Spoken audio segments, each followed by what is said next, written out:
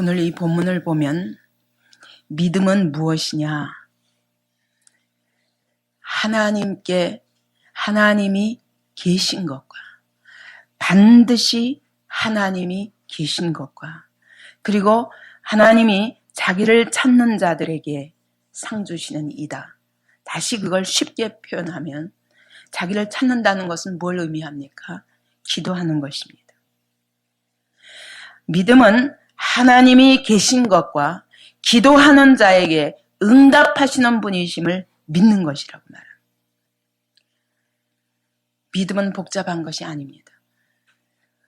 하나님이 계신 것을 믿기 때문에 오늘 기도하는 것입니다. 기도한 대로 응답하실 하나님을 믿고 그 하나님이 주시는 것을 따라 사는 것입니다. 마틴 루터는 그래서 믿음이란 한마디로 기도다. 그렇게 이야기했습니다.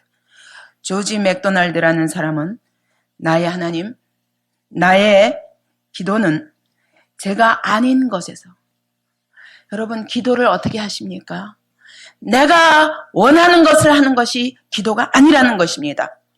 제 기도는 제가 아닌 데서부터 나옵니다. 내가 아니라 당신에게서부터 나옵니다. 하나님, 당신의 응답이야말로 바로 제 자신입니다. 그렇게 그렇게 그가 고백합니다. 여러분, 정말 하나님이 살아계신 것을 믿는 사람은 기도하게 되어 있고, 기도하는 사람은 내 자신이 내게서부터 나오는 것이 아니라 내가 기도할 때 하나님이 응답하시는 것을 보고 하나님이 나에게 응답하시고 간섭하시는 그것을 찾아가는 때 비로소 자기 자신을 찾을 수 있다는 것입니다. 그리고 오늘 본문은 말합니다. 이 믿음이 없이는 하나님을 절대로 기쁘시게 할 수 없다. 우리가 하나님을 행위로 기쁘게 하는 것이 아닙니다.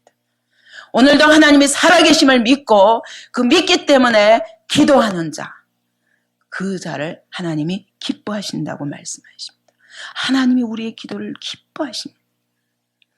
믿음은 하나님의 선물이라고 그랬습니다. 그렇다면 이렇게 믿는 것도 하나님이 계신 것을 믿고 그 하나님 앞에 기도하면 응답하실 하나님을 믿는 것도 하나님의 선물입니다.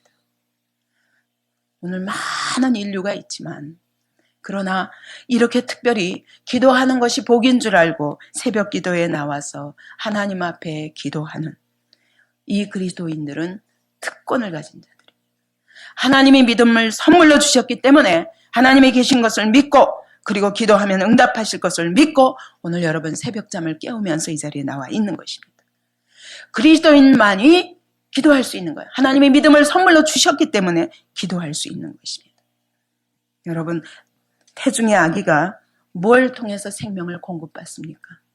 그것은 어머니의 탯줄을 통해서 어머니의 생명을 공급받게 됩니다. 마찬가지입니다. 그리스도인에게 있어서 탯줄은 바로 기도줄입니다. 이 기도줄을 통해서 하나님의 생명을 공급받는 것입니다.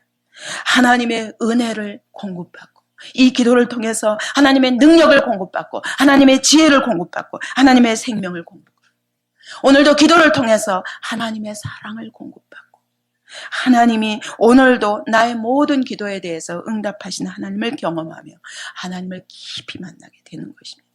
그러므로 여러분, 기도하지 않는 사람은 은혜를 받을 수가 없습니다. 아무리 말씀을 들어도 믿어지지 않는 것입니다. 기도하지 않는 사람은 하나님의 능력과 하나님의 지혜를 공급받을 수 없습니다. 기도하지 않는 사람은 하나님의 생명으로 충만할 수가 없습니다. 하나님이 주시는 기쁨으로 충만할 수 없습니다. 하나님의 사랑을 체험할 수가 없습니다.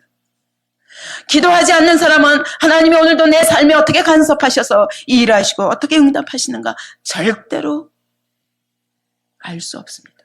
그렇기 때문에 하나님을 아는 것이 묘연합니다. 남은 계시다고 그러는데 계신가 안 계신가 말씀하시도 그걸 믿어도 되나 합니다. 안 되나. 절대로 기도하지 않는 사람은 이 하나님의 사랑과 하나님의 능력과 하나님의 어떠하심, 하나님의 성품을 알 수가 없습니다.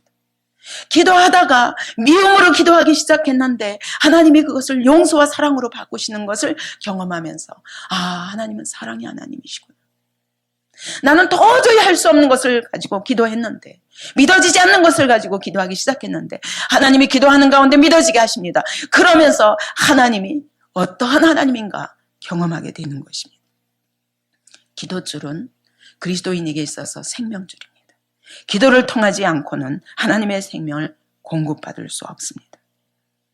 여러분, 우리가 기도하지 않으면 안 된다는 것을 무엇을 통해서 가장 더 잘 알 수 있냐면, 여러분, 예수님까지도 하나님의 아들이십니다. 그분이 바로 하나님이십니다. 삼위 하나님의 한 분이십니다.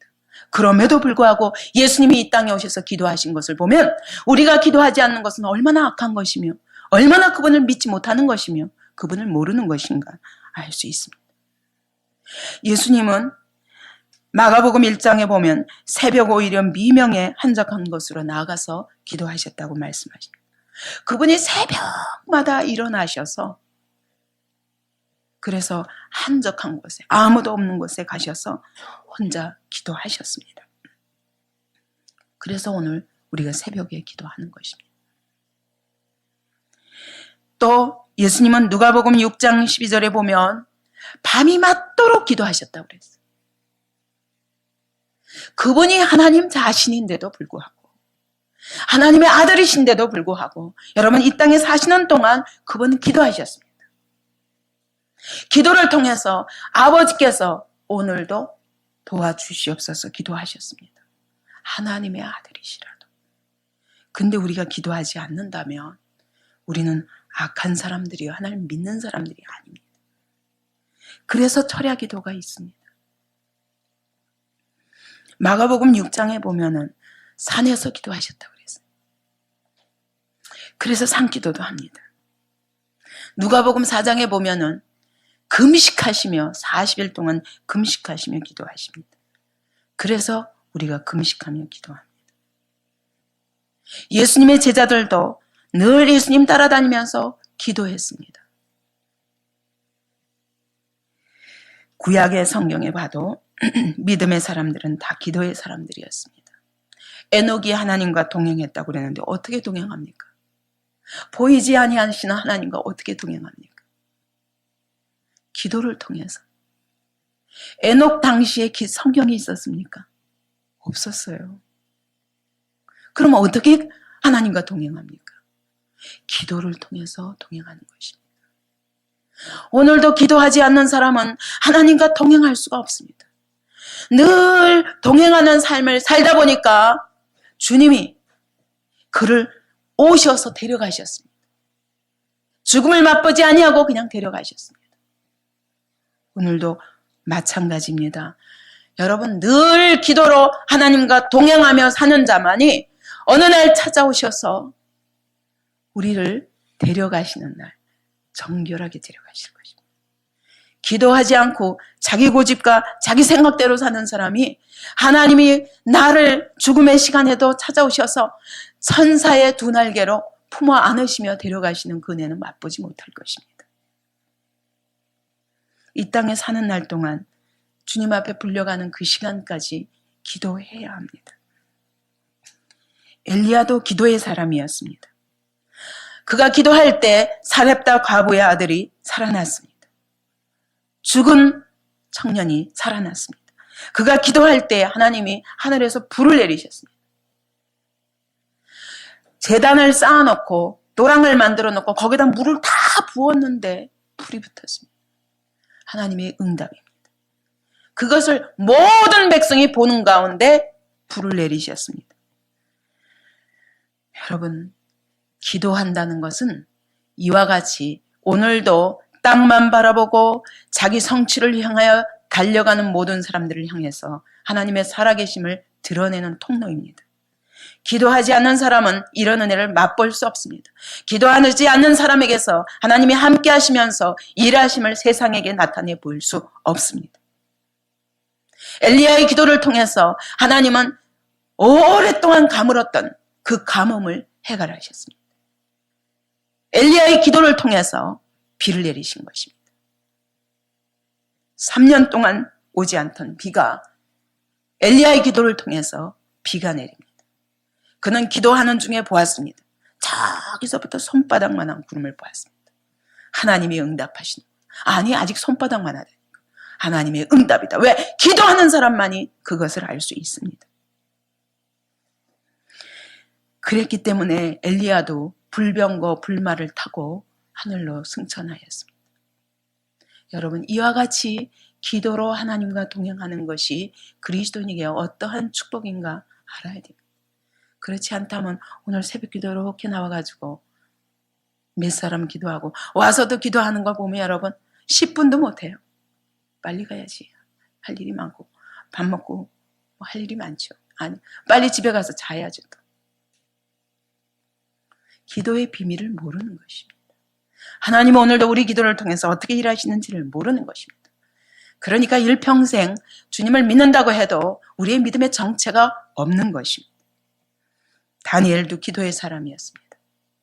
자기가 꾼 꿈도 아니고 느부갓네살이 꿨는데 내 꿈을 알아맞혀라. 나도 잊어버렸다. 꿔놓고 잊어버려가지고 그런데 굉장히 심상치 않은 기도니까 내 기도를 알아맞혀라.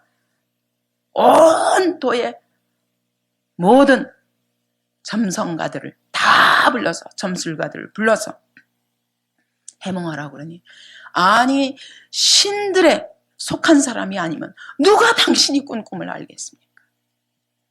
그러나 하나님은 다니엘에게 보여주셨습니다. 꿈을 꾼 느부갓네살 자신도 잊어버린 그 꿈을 보여주십니다.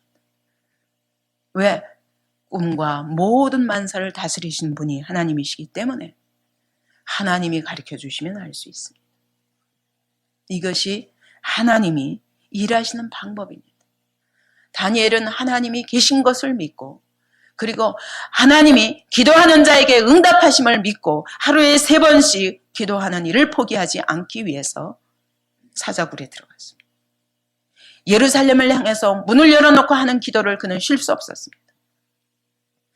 다리오 왕이 아무리 그 시대 모든 권세를 휘두르고 자기의 기도하는 모습을 보기만 하면 방백들이 나가서 자기를 사자굴에 집어넣을 것을 알았지만 그러나 사자굴보다 더 크신 하나님, 사자의 맹수의 입보다 더 강하신 하나님을 믿었기 때문에 그는 하루에 3번 예루살렘 창문을 열어놓고 기도하는 그 기도를 쉴 수 없었습니다.